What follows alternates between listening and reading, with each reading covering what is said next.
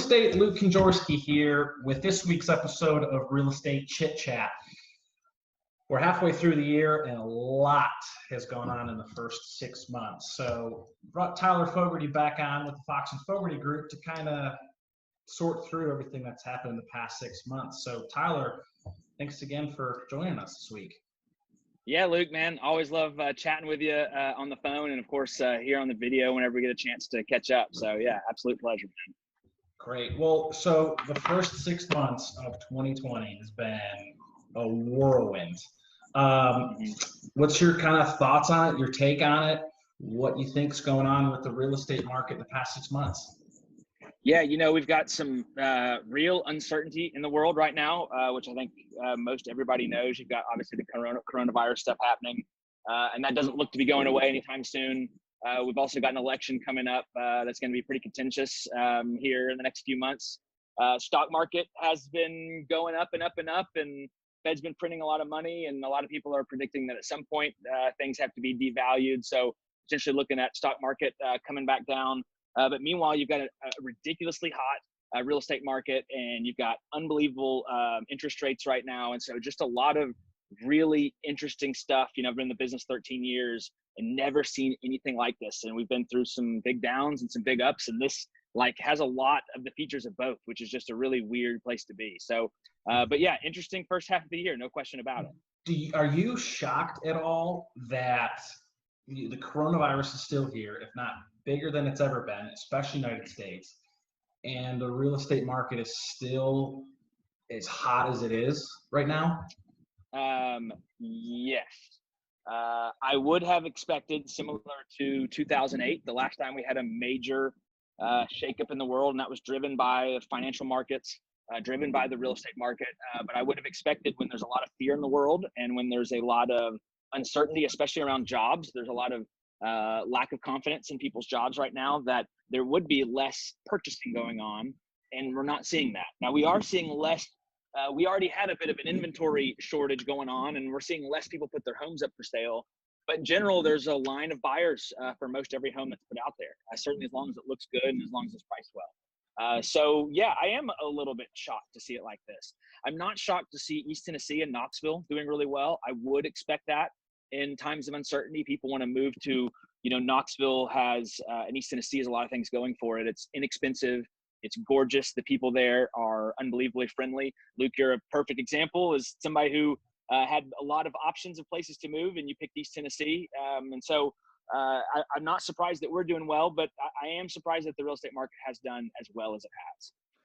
It's funny that you say we're just about East Tennessee and Knoxville being a great place to live, because the last 3 showings that I've been on have been from people from Wisconsin, one from Florida, and one from the New York suburbs area. And they're all understanding, their companies are understanding the way to work from home. So they said, why don't I just move to a place that I want to? And 3 of them chose Knoxville, Tennessee, which is a little bizarre, but again, is the same thing that I did 5 or 6 years ago. So are you seeing more of that too? Yeah, 100%. I've had direct conversations with people from New York City, from Chicago, from Denver, Colorado, from California, and from Hong Kong. We just sold a house, one of our listings, to a guy that literally said, I need a base in America, and spent a week in Knoxville, staying at an Airbnb, staying at actually one of my friend's houses, and fell in love with Knoxville and said, I want Knoxville, Tennessee to be my the U.S. base for my business. And so we just sold a house to a guy from Hong Kong. So yeah, wow. It's incredible. That's really it's enlightening to hear. It's great to hear for Knoxville and East Tennessee that people are still moving here. Do you think that means something else for some of these other areas? Maybe some of the markets like the West Coast, New York, East Coast, Miami areas, that their costs may be too inflated? Do you think some of those markets are going to start falling because people are moving out of those areas to find somewhere cheaper like East Tennessee? Yeah, I do, for sure. You're already starting to see it, certainly in New York City. The real estate sales have dropped off big time there. And you hit on it earlier. People are figuring out you can work from wherever you want. Most people can do a lot of their job from any location. And so why not pick the place that's gorgeous and inexpensive, and easy to get to, and has a lot of options, like East Tennessee does. So yeah, it's honestly, it's not surprising, and I do think you're going to see some markets really get hit, and people in big dense cities right now.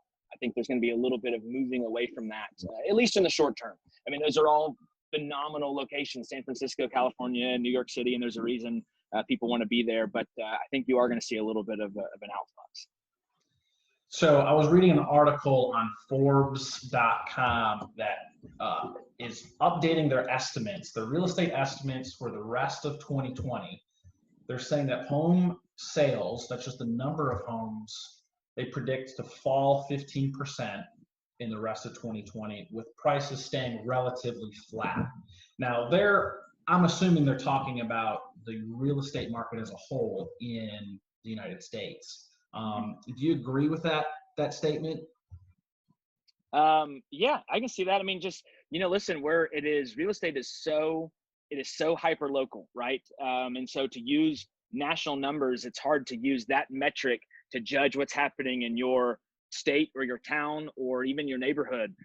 So yeah, I can see when you kind of aggregate everything, that absolutely could be the case. But when it comes down to exactly what's happening in your town and your neighborhood, it could feel different depending on where you are, what part of the world you're in. Well, it seems like things here, at least in East Tennessee, are doing just fine. They keep on going up. People keep moving here. It's going to be interesting to see what the rest of 2020 how that's going to unfold, especially with coronavirus. Do you think that there's a possibility of a second shutdown and things getting stirred up again? Yeah, my personal prediction on this is we are probably going to be playing this, we're going to be dealing with coronavirus for, at least through early spring next year. So I do expect some level of shutdown coming down the pipe, and then maybe we reopen, and then maybe there's even a third kind of wave of shutting things down. So we'll see. Only time will tell. There's a lot of people arguing about what to do. A lot of people smarter than me, I'm sure. So that's kind of my quick prediction. Curious what you think, Luke. I mean, what do you see for the next half of the year? Well, I think that we're going to have some changes that's in it. I know it's an election year, so politics plays a huge role in what happens in the United States, which is kind of a shame because it's personal agendas of people, that are trying to push what they want at the cause and effect of people's well-being. So I hate that comes into effect, but it does. So I think we'll see probably some things that are staying the same until the election, and then I think the truth really will unfold after that, as far as how good the stock market is, how good the real estate market is, how good the job market is, what the employment numbers really are. Unfortunately, I think that's going to play a big role. So up until November, I'm going to say that things are going to be okay. And then after that, I think things are going to normalize, whatever that means, whether it's going to be worse, whether it's going to be better. But it'll get to the truth after the election. Yeah, no, that makes sense. But between now and then, it's going to be interesting, right? I mean, it's just how are people going to pay their rents, and what businesses are going to ultimately have to shut down, and who is going to really have a job and not have a job, and what businesses are going to thrive, and what neighborhoods are going to thrive, and how's the government going to help out? Is there going to be another round of funding, PPP funding for businesses? It's just all, is there a vaccine ever going to show up? Is, what is ultimately, what are we going to be looking back on that happened at the last half of 2020? It's really, really, really hard to tell what it's going to look like. Yeah. Well, especially when there's new companies that are coming out of, that are being formed because of this, mask companies and toilet paper companies, believe it or not, and hand sanitizer companies. That's just low-hanging fruit, but there's a lot of other companies. I mean, shoot, the company that we're on, Zoom, definitely has had a good year.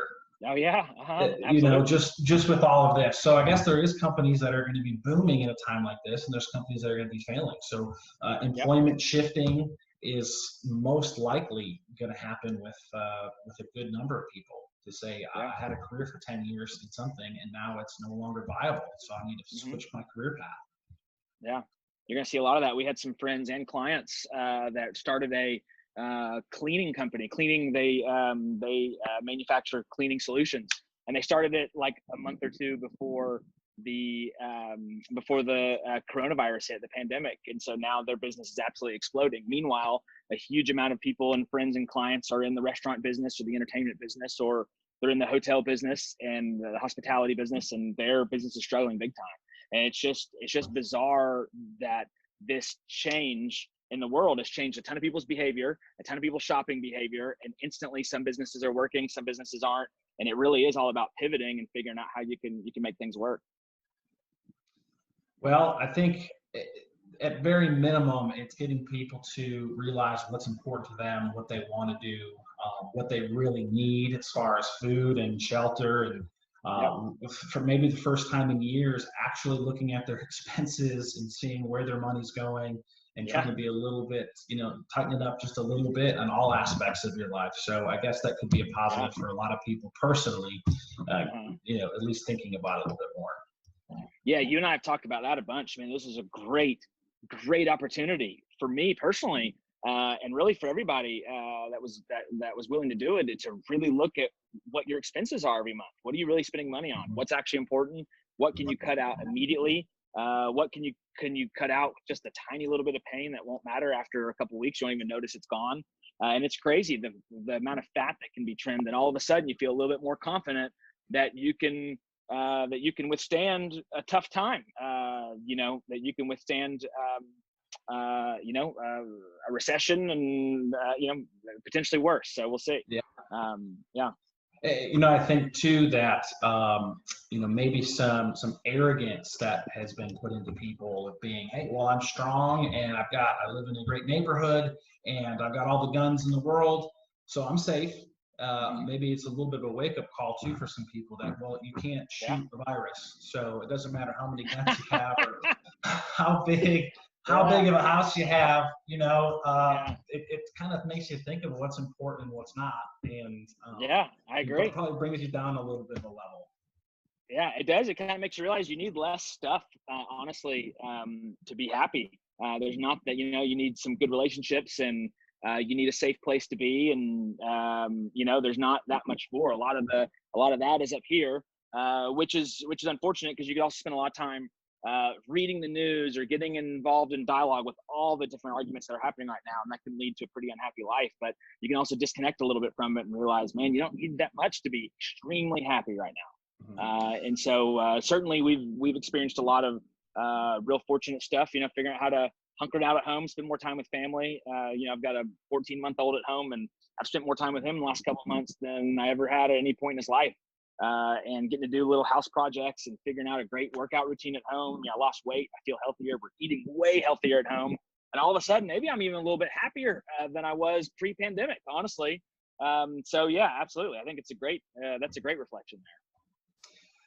What do you think that, you and I both have probably taken advantage of the quarantine a little bit and done some self-reflecting and reading and eating better and those types of things. But what about some folks out there who maybe are the quarantine or the stay-at-home order is starting to get to them a little bit and feeling a little bit like their house is closing in on them, that they don't have a whole lot of friends that they're connecting with? Do you have any advice for any folks that are sitting at home just starting to feel a little bit that way? That's tough, because I think by this point, if you're that type of person, you're figuring out a way to get out, right? You're figuring out there's now restaurants and bars to go to, and there's also certainly small events to go to, and then there's friends' houses and stuff that you can go to. But yeah, the advice is tough. Again, I think a lot of it's kind of up here, and it's figuring out a way to really be happy with whatever your current setting is. And sometimes that means you need to engineer your current setting a little bit and spend some time on it. Or sometimes it's just you need to reframe your thinking, what your current situation is, to enjoy it a little bit more. So that's what I would encourage. There's a lot of ways to be really happy, even if you have to be shut in your house, right? Or you got to be significantly less social than you were maybe a year ago at this time. There's still a lot of ways to be really happy, for sure. Yeah. I know one thing I think the whole Fox and Fogarty team did a really good job of for the past 6 months is just picking up the phone and chatting with people, chatting with your family, calling friends that you haven't talked to in a long time. And, like you've said, just, hey, how you doing? How you holding up?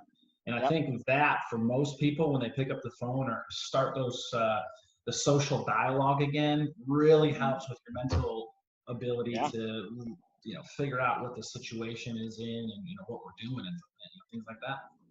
Yeah, no, you're 100% right, man. That is something that we pressed on at the very beginning, was like, hey, pick up the phone and call people. And by the way, everybody wants to talk right now. Everyone's dying for a social outlet. So it's going to make you feel better, and you're checking in on your friends, right? And your clients and your loved ones, and you're saying, hey, what's going on in your life? And people want to tell you about their job or their house or what's happening with their family and how they're handling it and what they're doing about school. And it's a great chance to just unload a little bit of that social energy that's pent up. And man, video calls. I literally switched to an iPhone so that I can FaceTime with people, and just with one click of a button, I'm talking to my buddy face to face. I mean, exactly what we're doing here. And it's a little bit more, it's a little bit more of that social interaction than texting or than emailing, and even more than a phone call. You get some of that kind of face to face and a little bit of that body language and a little bit of those facial tics that kind of make communication so important. And so, yeah, absolutely. Well, awesome, Tyler. I think it's all really good stuff that's going on in Knoxville and East Tennessee. I'm glad that you're able to take a few minutes and just chat with me about them. Yeah. So we'll absolutely do this thing again and try to give another update, because I'm sure in another week or so that we're going to have some updates in the market or something's going to go on. That's just the name of the game. And so actually, real quick, before we wrap up, we've been posting our market numbers every Friday on the Fox and Fogarty Instagram page, Knox County market numbers. And man, last week, it's like the numbers just dropped in half. They were literally 50% of what the week before was. And we'd not had a week like that at all this year. And that was kind of a, whoa, is something happening here? And then we pulled the numbers this Friday and we're back to normal. And we actually pulled the numbers today of what the entire year's looked like to date, and then compared it to last year to date. And we're basically at 90% of what we were last year. So there's a ton of stuff happening. And that's 90% of the number of closings. So tons of sales are still happening. In fact, prices are up a little bit over last year, and days on market are down from last year. And price per square foot is up from last year. So the market is trending upward. There's just a little bit less transactions happening. So anyway, that's just an interesting reflection on the market that I thought is worth bringing up. And also one more thing, interest rates just broke below 3% for the first time since they've ever recorded interest rates. First time ever. Wow. I mean, there's got to be a floor for interest rates, right? I mean, there's got to be a number that they just aren't going to go below, because it doesn't make sense to do it. Yeah. I've been reading a little bit about negative interest rates, because there's some kind of people whispering about what that may look like. I don't think that takes place really on mortgages, but that's basically, it's a really interesting situation where the government is trying to really discourage people saving money. So you put money in your bank account as a negative interest rate, your bank account literally drops in value over time. So they're encouraging you to get out and spend money. That's their way to kind of jumpstart consumerism and jumpstart the economy. And I don't think we're there yet, but that's, exactly what you're leading to. What's the lowest? I don't know. I'd never even heard of that before till all this was coming up, and you start kind of reading about what that actually looks like. So I don't know, but yeah, you can today get a 30-year mortgage on your primary residence for 2.99%, which is just absolutely unbelievable. Well, I would think that if we do have a negative interest rate in the banks, that we should buy some stock in safes, maybe shoe boxes or something. Because people are going to absolutely just start hoarding their money then. Yeah, I need a couple of pallets of shoe boxes, please.